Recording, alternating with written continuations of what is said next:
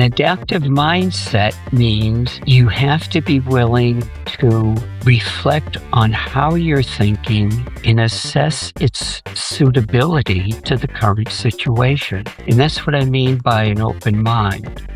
That was Harvard Business School Emeritus Professor Gerald Zaltman. I am really excited about this episode. The truth is, I'm excited about every episode of Talk About Talk for a variety of reasons.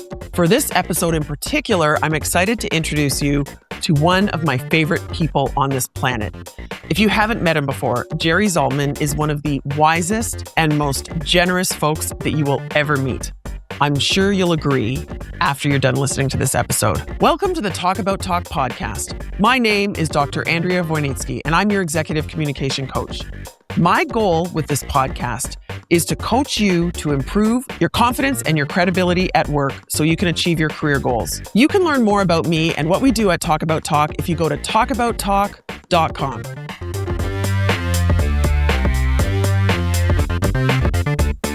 Thank you so much, Jerry, for joining us here today to talk with me and the Talk About Talk listeners about thinking about our thinking.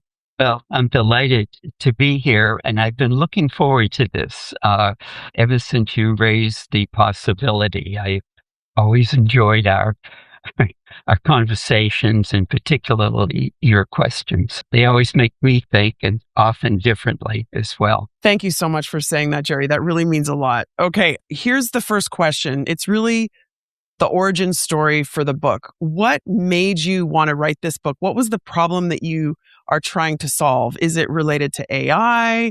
Is it related to the polarization of our society? What's the origin story here? The book was conceived after I had been spending a lot of time investigating why it is that people, even within the same family, same workspace, people who would otherwise be very close friends or had been close friends, suddenly found themselves not talking with one another, speaking to one another. And that's because certain topics arose that were highly politicized. And to hold a contrary position, or even a position that you're actively thinking about, was received as a very concerning character flaw by others. And I was experiencing that toward others, even in my family, and we were becoming what I thought of as a family of strangers, just socially. There were certain topics that were off limits, and they were growing in number, and the consequences of putting them within the limits of a conversation were increasingly painful. And as I was working on that, I wrote a paper on that. I realized that ultimately what I was addressing there are contrasting, even clashing, not thinking styles, but clashing thoughts. And I felt that there was some other problem operating. And the problem that I found operating to produce that was also the problem I was finding in companies with executives, that there were pockets of thinking that were considered and ways of thinking that were considered, in effect, sacred, and that needed some investigation. And so I decided to follow my favorite tool, the one that I find suits me best when I'm floundering, trying to understand the origins and nature of a problem, and that was with ZMet. And I began with a team of people doing ZNet interviews with executives on how they approach messy or difficult problems, which were the ones that were often very divisive within a firm.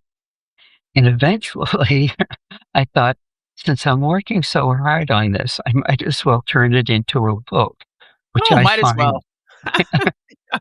I find a very effective device for disciplining yourself. and forcing yourself to understand what you don't yet understand, to identify that. So that's kind of a long story to the origins of the book, but that's pretty much how it began.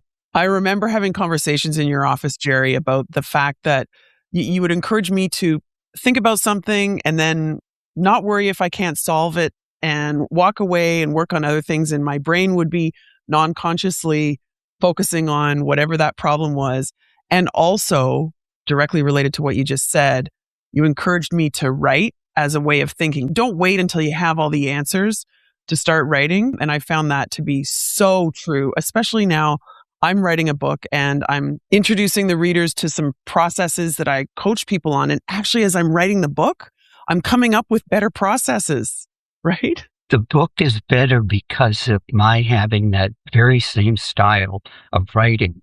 It's a way of interrogating yourself, and you can be unforgiving and not suffer as a result. To just a very productive device. So it's about being open-minded. Back to the executives that you mentioned you're thinking about when you were doing the ZMET as well. You said it is a problem you first noticed with your family, and then business executives were also experiencing the same thing, or you diagnosed the same thing. And in my experience, executives and leaders often believe that they already are good thinkers. And actually, in fact, many of them are what we would call like good thinkers, smart people. I realize I'm opening a can of worms here, Jerry. I think most people are pretty good thinkers. I mean, most people they're not in jail, they're not having problems with drugs or, whatever. They're navigating a complicated world successfully. And actually more than that, they're often making major contributions. So the thinking is fine. The problem is the environment in which they're thinking no longer is. If you go to let me back up a step. The thinking is something that is highly personal. I mean, it's an expression of who you are. You don't think of it always in that way, but it is. So when I get that criticism for something I've written, I do take it personally. I also know enough to realize I shouldn't, and probably a lot of other people would have the same response, so I'll act on that feedback. But the difficulty is that if you read the World Economic Forum's publications, is the world is changing rapidly. The environment in which we practice our thinking is not stable. It's changing at a very high rate. The different sectors where this change takes place are connected. So it's kind of like COVID.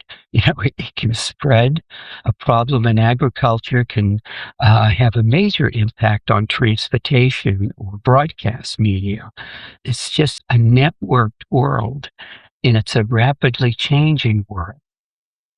And we consequently need to have an adaptive mindset to adjust our thinking in that world.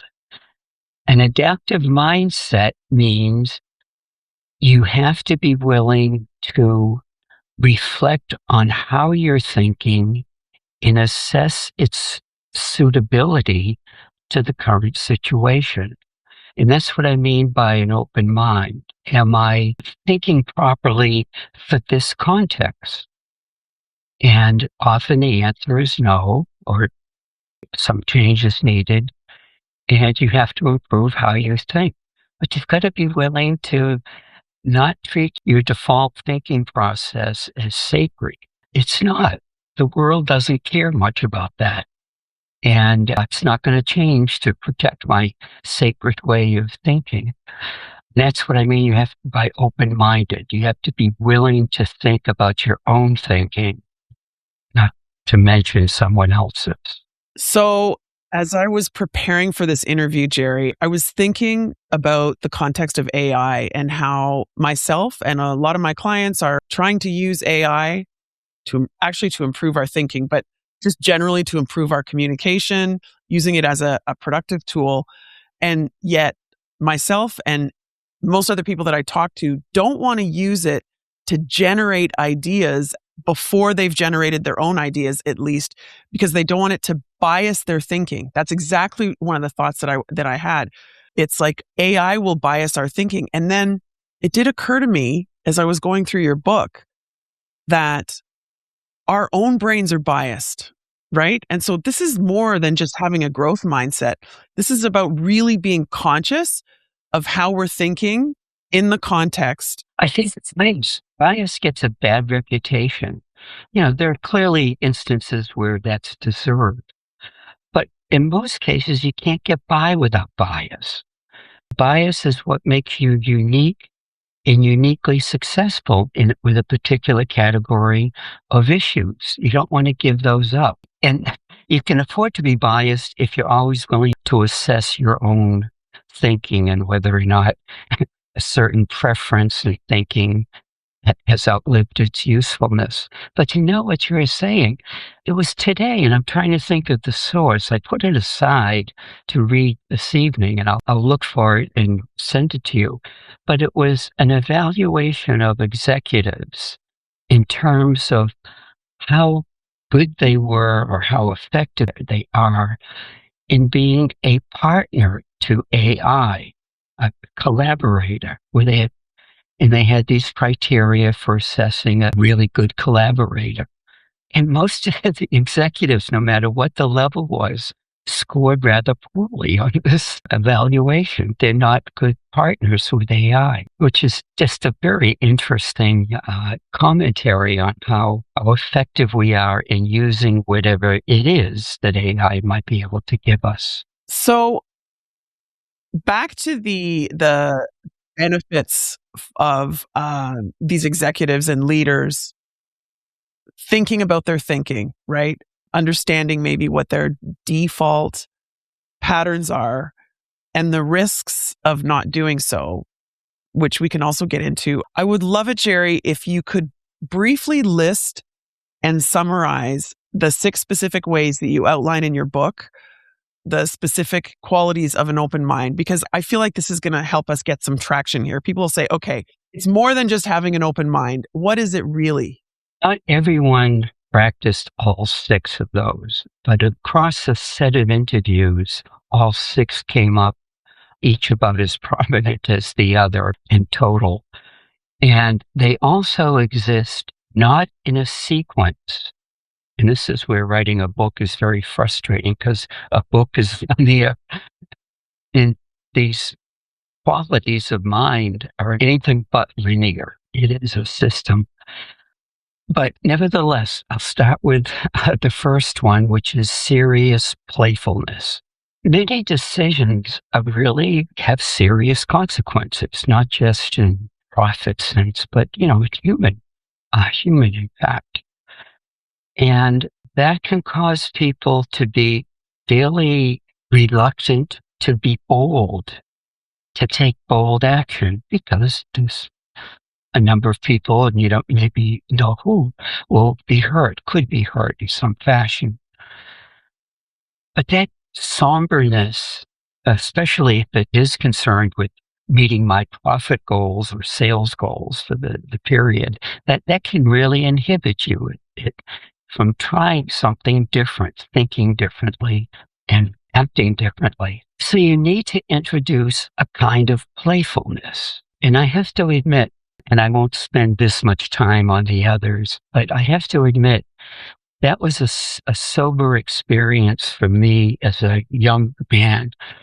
I was working on some consumer economics teaching tools for high school students. And there was a school for the blind, the visually impaired, nearby where I was working on this project. And they had expressed an interest to have someone come over and use the teaching module that I was developing for their students. And that was great. I went over for 2 days, spent 2 days. And I was thinking I was probably selected because I'm so empathetic. I can relate to people and understand, So I really was getting kind of a big head. And within the first half hour of my glowing about my empathic abilities, someone came into the meeting with a blindfold and asked me if I would mind being blindfolded. And I remember thinking, I would mind. I get claustrophobia. I don't. But of course, I said, no, you can do it. And I was blindfolded for 2 hours. And we continued the discussion.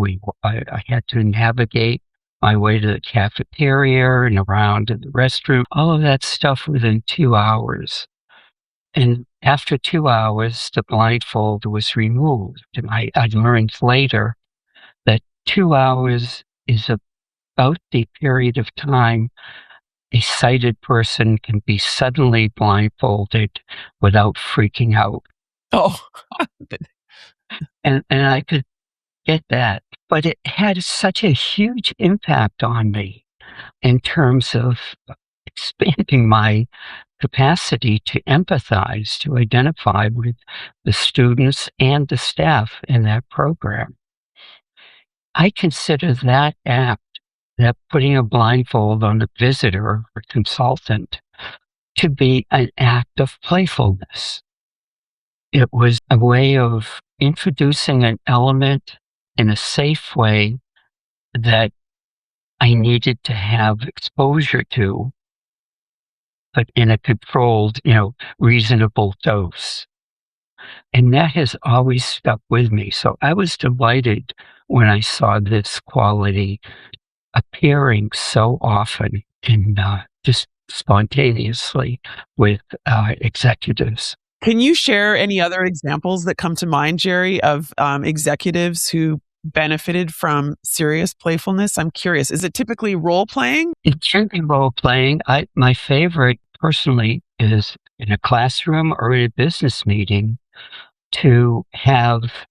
This is when I try to teach people about mental models. And you have this construct connecting to that construct. And people are sitting there shaking their head. They understand what the constructs are until you say, okay, you are going to be the variable or construct extravagant, and you over here are going to be the construct frugal, which happen to be connected. They interact. I said, go ahead and have and I'll usually appoint someone to take notes, to monitor and interpret what's going on. But the frugal and extravagant need to have a conversation. They do in real life in our heads as we go through that. That is a very effective device for having people understand there's a lot more richness to the ideas that we have than what might be on a questionnaire or in an interview. That is, especially as these ideas share differences and similarities. Yeah. So much of our thinking is just surface level, right? Serious playfulness is one way to get deeper. I guess all of these qualities are, though. And it's not that you have to have an immediate change as a result of the intervention or that exercise. It's more just to kind of get people to realize there's more in their mind than even they are, or more in other people's minds than they allow for. I also like to make use of what I call the clairvoyant and wizard. You might have gone through that, where I have people role play each of those. Oh, that's an effective device. I was trying to think of some other easy examples that people can imitate. So, Jerry, one thing that I'm thinking here is that this is like next level adoption of various roles that sometimes people assign in meetings, like you be the devil's advocate, you be the customer advocate. This is like next level of that, right? Right. You want to push them a little bit beyond that, so their own thinking has to imagine, and I understate the role of imagination in all of this. And once you unleash the power of imagining, which I define as picturing that which is missing, you unlock a whole lot of good things. Imagination is probably the most frequent term in the book. I distinguish it from creativity also. So we've got serious playfulness, and this next one I feel like it may be a trigger for a lot of executives who may describe themselves and be described as someone who has authority and insight. The second technique for adopting an open mind is befriending ignorance. That's possibly the toughest one. I'm not sure, but it wouldn't surprise me if we could rank these, that would be the toughest one. Because, well, for the obvious reason, you're being paid because you know something. I mean, to put it in a somewhat exaggerated way. But have you ever seen, I thought about this the other day, I've never seen on a resume expertise in befriending ignorance. I mean, that's probably the last thing you would ever list as an attribute, a quality. And it's probably the first thing you'd notice if you were reviewing a resume, and I'll wager your curiosity would go through the roof, and you'd want to have that person in to do that. But in any event, ignorance is something bad. I mean, the label, you're ignorant, or that's ignorant, is about as pejorative as you can get in the scheme of things. But where else do new ideas come from? I'm trying to think of some major innovation that didn't have its origin in things that weren't known. And if you're going to be imaginative, it's a term we throw around a lot, but if you're going to be imaginative and you think of it as picturing that which is missing, it really is picturing that of which you are ignorant. You don't know it exists, or maybe no one else does. It reminds me of when you were training me on the ZMET technique. Simply, instead of asking a scripted question or assuming that I knew something and trying to lead the conversation, the technique of repeating the person's words back to them, encouraging them to elaborate, that I think that may be a way of befriending ignorance. Yeah, I mean, it certainly is a way of defining the interviewer's ignorance, because I don't really know what the person means by guilt or fun. Those things have so many different meanings. And that's a good way to get them to handle your, or, my ignorance. But that is different from that. I have the list in front of me on my screen here. The next quality of an open mind is asking the right discovery question. So repeating the person's words back to them is a discovery question, but that's not what you mean by that, right? I hadn't thought about that, actually. I think that would be a discovery question, because you're discovering or asking them to help you discover what they mean, and that helps them discover what they really mean by that term. That's true. This is actually one of the most fascinating. I owe someone a chapter on this. Where do questions come from? Well, they come from what you don't know, which is a good starting point. But I can't find anything in the literature that talks about the cognitive origin of questions, where they literally, what's the neuropathology of a question. We know a lot about answers, but not a lot about questions. And breakthrough questions are questions that historically, a good friend of mine is working on this, a colleague is pointing out, is in science, the person who comes up with a breakthrough question, a powerful question that threatens to, could change a whole field, is generally ostracized in various ways, some conspicuous, some not. And for a while, people who were advocating what turn out to be breakthrough questions of a difficult social life and professional life. But where do your questions come from? We know about answers, but it's hard to hard to come up with a history of a question. And yet, without them, you won't have answers. You can't have an answer. We hear when people are talking about a phenomenon where there's some skill or expertise associated with it that, like, I'm so ignorant about this that I don't even know what questions to ask, right? Yeah, that's a good phrase. I mean, a good observation.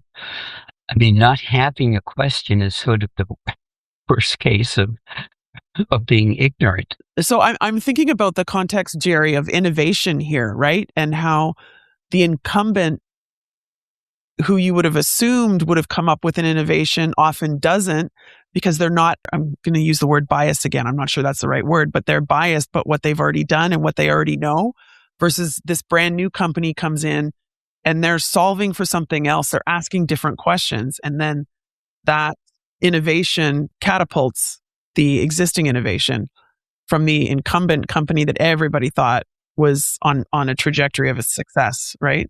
I think a question is a focusing device, and it's a way of determining where your resources should be allocated to answer this question. And here's where these things become synergistic, because you wouldn't have a question if there was an answer readily available. And so a question is at the same time not only a neat device for focusing where you're going to go, but it's also an acknowledgement of what you don't know and what your colleagues or others don't know. So it's a very powerful device. I think other things being equal, which they aren't, I would always prefer a really solid question to a really solid answer. Because the solid question has potential. A solid answer, however important it is, has a more foreordained future.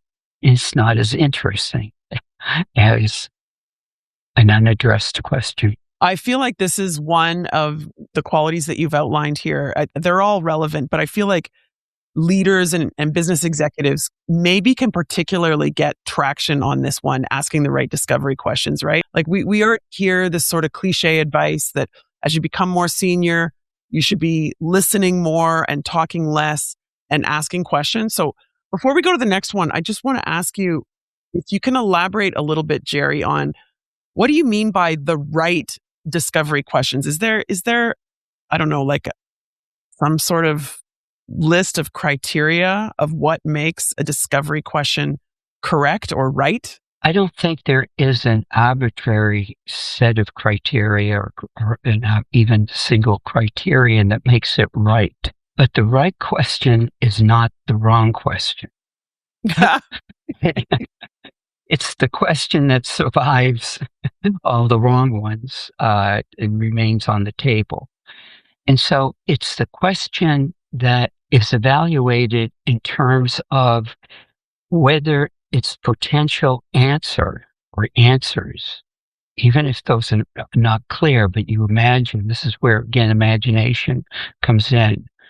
Yeah, this question, if we pursued it, there are many more opportunities as I would view it.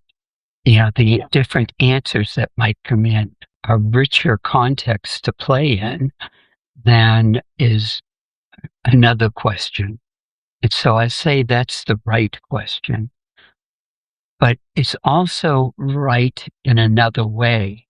And that is, it has to have a caffeine element. It has to wake people up.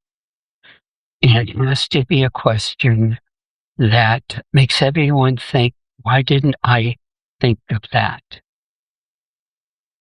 And that is, I think, a constructive wake-up call to everyone who thinks that way. I often had that experience with colleagues.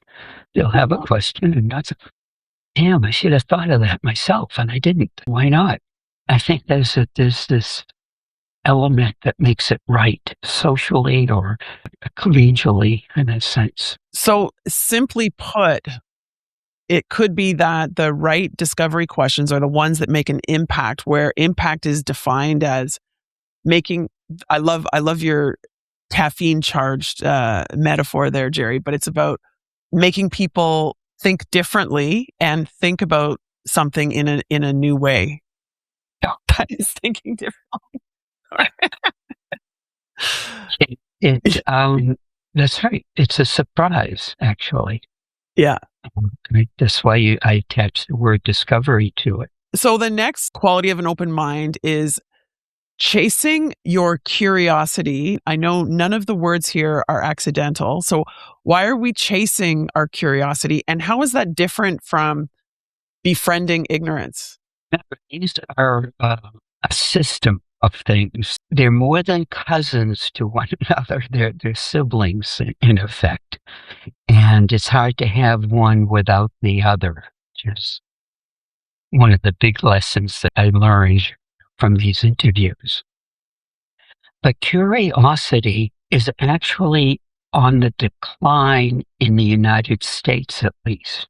I've seen published reports that measures of curiosity, and that's something that is apparently declining. And the decline begins somewhere around the 5th or 6th grade, according to some sources. So it occurs fairly early in life, and regardless of when it occurs, there's a social contagion for it. And I worry about that colleagues aren't sufficiently curious. There are times when I think I'm not, sufficiently curious. I read very broadly and I get frustrated, but I don't pursue every lead I can't that I find interesting. But chasing curiosity, it is meant to convey the fact that it's elusive. It escapes us. And it's partly because we don't want to admit we don't know the thing that we're now curious about, or that we don't know how to interrogate with a question. Curiosity, if we ever caught the creature, what do we do with it? And that's another problem. But I think curiosity, I think of it, I don't know if I use this phrase in the book, but it's the itch that you have to scratch. And it's something that's like that, that's fairly visceral. You've got to feel it in a visceral way that would make you want to pursue it when everyone else is telling you that's a dead end, it's a blind alley, it's, that's not something that a junior faculty member, an assistant brand manager would do or propose, and so forth. All those things are encouraging people to stay put, not to be pursuing their curiosity. You're reminding me, Jerry, of an interview that I recently conducted with Michelle Boudria, who started working the front cash at McDonald's and worked her way up to CEO of McDonald's Canada. And she worked in different countries and all different functions. But she shared with me some of what the factors that she believes built her success. And one of them was an insatiable curiosity, constantly asking her managers, why are they doing this way? Why aren't they doing it that way? And she said at one point, one of her managers actually said, fine, I'm going to give you this project, run with it and show us. And so she had and has still a genuine curiosity. She's constantly looking for feedback, but also external to what she's doing. She's curious about why things run the way they run, why they are doing things the way they're doing them. And this fueled her success. Yeah, you're not surprised. Yeah, and chasing it also you have this relationship with it, whereby it's a bit elusive, may be very elusive, but it's yours to chase. You're responsible. You've got to catch it. And you don't know even what it's going to be, when you finally get to it or catch up with it. So there's a relationship that takes a kind of dedication and a sort of a mental endurance to and conditioning to go after. So back to the point I made before about every word here matters. It's not an accident that it's chasing your curiosity, not just chasing curiosity for the sake of curiosity's sake. Yeah, actually, just to kind of underscore that, I don't want to be chasing someone else's curiosity. I want to be chasing mine. I'm going to run faster. I'm going to feel better catching it if I, can catch up with it. Being told what to do is something I've always resisted. Okay, the next quality of an open mind is, well, like you said, they're all related. And I do want you to share why there's an octopus on the front of the book, which relates to how these qualities are all related to each other. But can you describe panoramic thinking? Yeah, there's another word for it that doesn't quite work for me, and that is multidisciplinary. And that has some obvious meanings, and it's structured in a academic sort of way. But panoramic thinking is more than being multidisciplinary. It's looking in diverse and seemingly unrelated fields that no one has ever thought would converge. My best current example, recent example, of all things, there is a phenomena out in space, very distant space, with this kind of like a cloud of things that they can't quite capture, or they couldn't quite capture. And then in a way which I've not yet found out, someone figured out that there was something in the design, nature's design of the eye of a lobster that provided a solution so that they found a camera that could take a picture there. And someone saw that the cloudy situation that was giving them trouble, part of what they also wanted to study, was comparable to the cloudy situation lobsters find themselves in 200 feet or 100 feet deep in the water, the deep water lobsters, and that the solution that nature provided for their vision may have relevance for that other one. That's the last thing I would have, thought about, but that's panoramic thinking. I remember when I was your student, Jerry, and you encouraged me to read in depth the academic research on gift giving, because I was studying word of mouth and why people give recommendations or warnings about products and services that they'd experienced to their friends and family, and how to think about it and kind of what mechanisms were at work. And you suggested along this vein of panoramic thinking.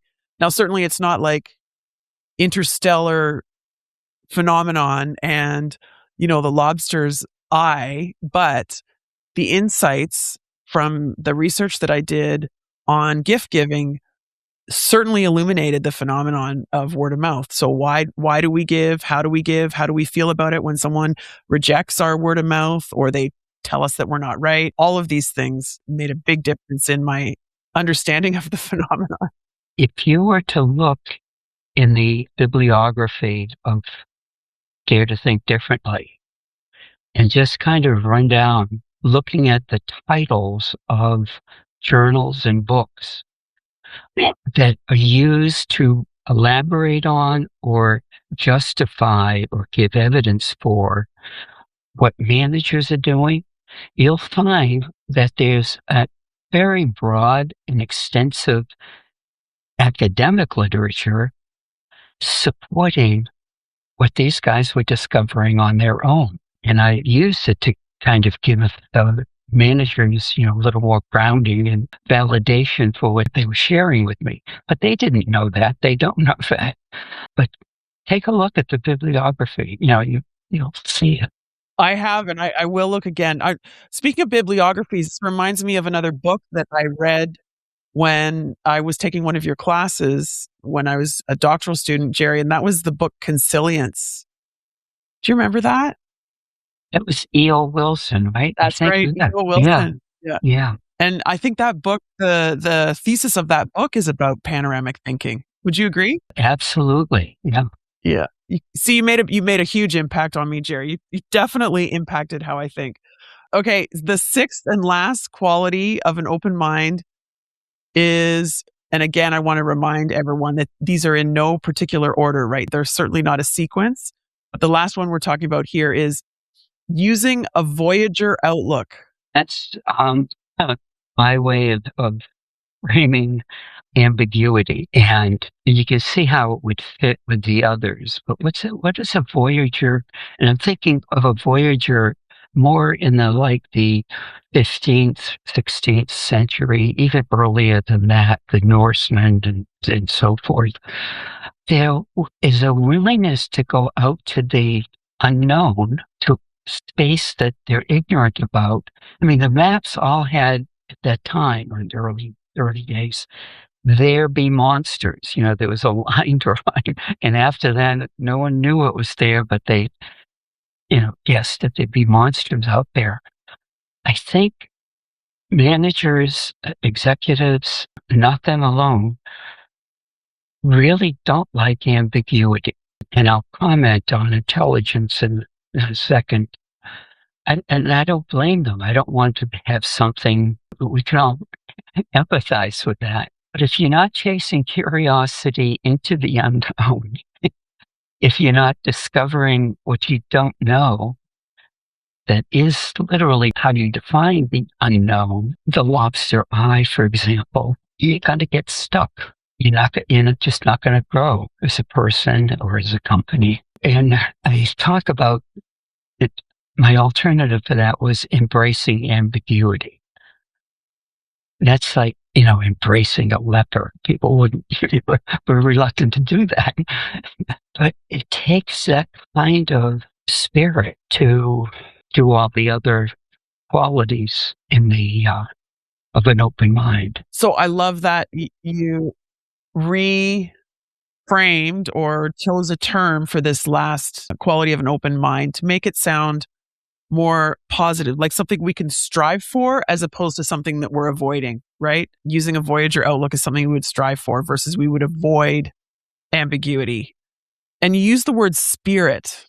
So back to something you said at the beginning, executives want to be seen as intelligent, right? They want to be seen as having insight and authority and experience.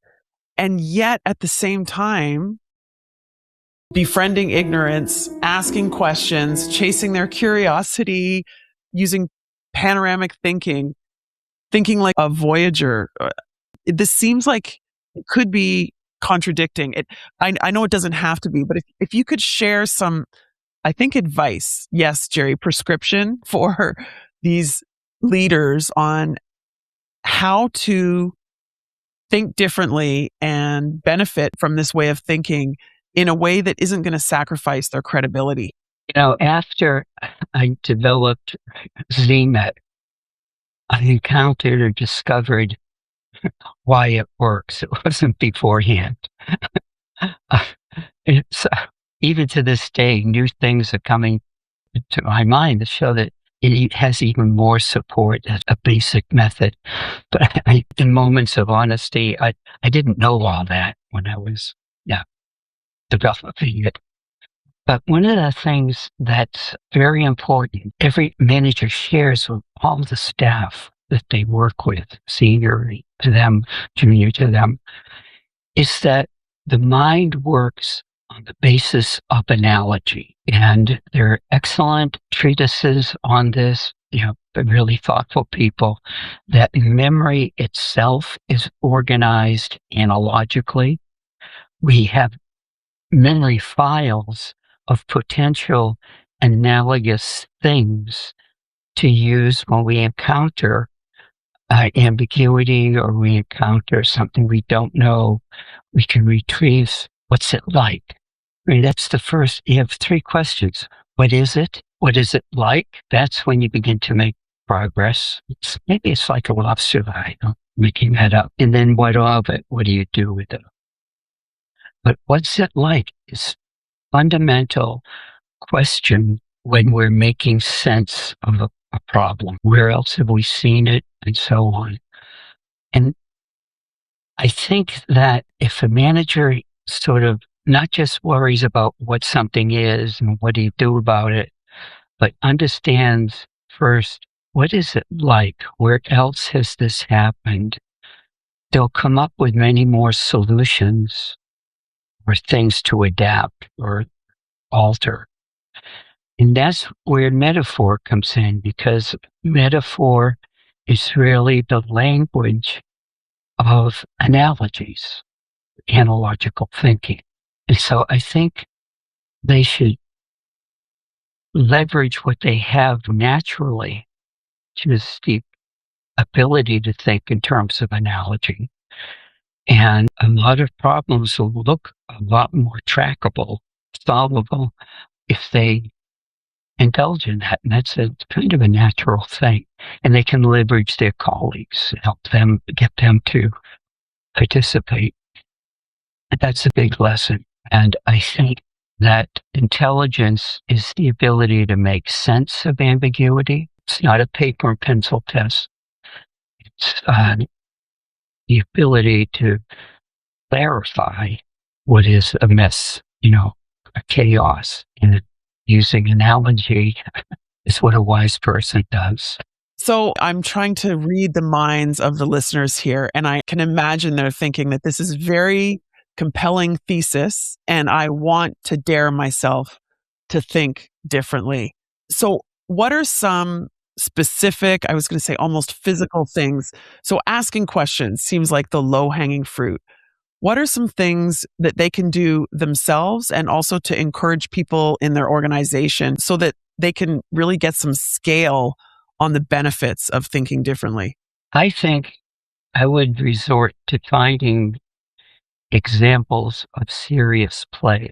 The play gives everyone a degree of license that they don't ordinarily have. And that's very free and important, but it's serious. There's a problem to be solved. And that's where the clairvoyant and the wizard come in. And I would ask first, I use those guys all the time. What would I have to fix? That's the wizard. If we went down this road, the clairvoyant is someone who sees the future. Okay, what do I anticipate is going to happen? And the 2 guys get together, people get together. There's an issue of gender with that. I use it with my MBA class a lot. A clairvoyant apparently has feminine qualities and a wizard masculine qualities. That's also true of a lot of archetypes, right? Yeah. But I would make serious use of those characters and other devices for serious play, role play. Okay, I'm going to try this even within Talk About Talk, very small organization. I'm going to try serious playfulness, assigning the wizard and the clairvoyant, and we'll see what happens. I'll report back to you. Can I ask you the 3 rapid fire questions now, Jerry? Okay. I know I've asked you these questions before in the past when I interviewed you. We'll see if it's changed. Question number 1. Are you an introvert or an extrovert? Introvert. Do you know what you said one time when I asked you that question? You said, can I just be a vert? Okay, you're an introvert. That shows you how retiring I am. Yeah. Yeah. It's supposed to be rapid fire, Andrea. Okay. Question number 2. What are your communication pet peeves? A dry mouth, looking out at an audience. If I'm the communicator, I really don't like those situations. A third would be, I guess I'm not very forgiving for someone who can't hold my attention. So if I leave a speaking engagement and I have a lot of ideas to pursue, it's usually because I wasn't paying attention. They didn't hold my attention. Not that they gave it to me. So that's not a good sign. I remember, I know this is not very rapid fire, but I do remember in your office, you were talking about how some of the academic presentations that you and I attended together weren't always that interesting. You told me, or you encouraged me to watch their presentation techniques, their communication, and maybe learn that if I wasn't going to learn the material that they were presenting. Okay, question number 3. I'm really curious about this one, given how broadly and extensively you read. Is there a book that you've read or a podcast that you've listened to that you find yourself recommending a lot lately? Yes, there is. Ed Young, and it's all about other forms of life here on Earth and how amazingly sophisticated they are and how extraordinarily developed one or another is with various senses and other capacities. And it's a very humbling read. I think humans are really pretty impoverished in a sensory sense compared to almost any of these creatures. He goes through spiders, frogs, bats. It's become a classic book, I think. I will definitely read it based on that recommendation, Jerry. And it reminds me of, I think, a theme of this conversation, which is really about humility. I'm curious if you agree with that, and maybe you can share your final thoughts with the Talk About Talk listeners about daring themselves to think differently. You'll see in the book frequently, I'll mention together the need for humility. That's always the first one. The courage. Courage is another one, and discipline. It's hard work, takes discipline. It requires being bold, being censored in some sense in various ways, making other people uncomfortable, not deliberately, but just inadvertently, and humility, which is you have to see yourself as someone with so much to learn. There's no space for arrogance. I love that. It's a beautiful place to end, Jerry. Especially listeners know that I'm a huge fan of the power of 3. So in addition to all of the inspiring insights that you shared, I guess if we can all take away an even increased respect for humility, courage, and discipline, and doing our best to succeed on all of those dimensions. Thank you so much, Jerry. I really enjoyed this conversation.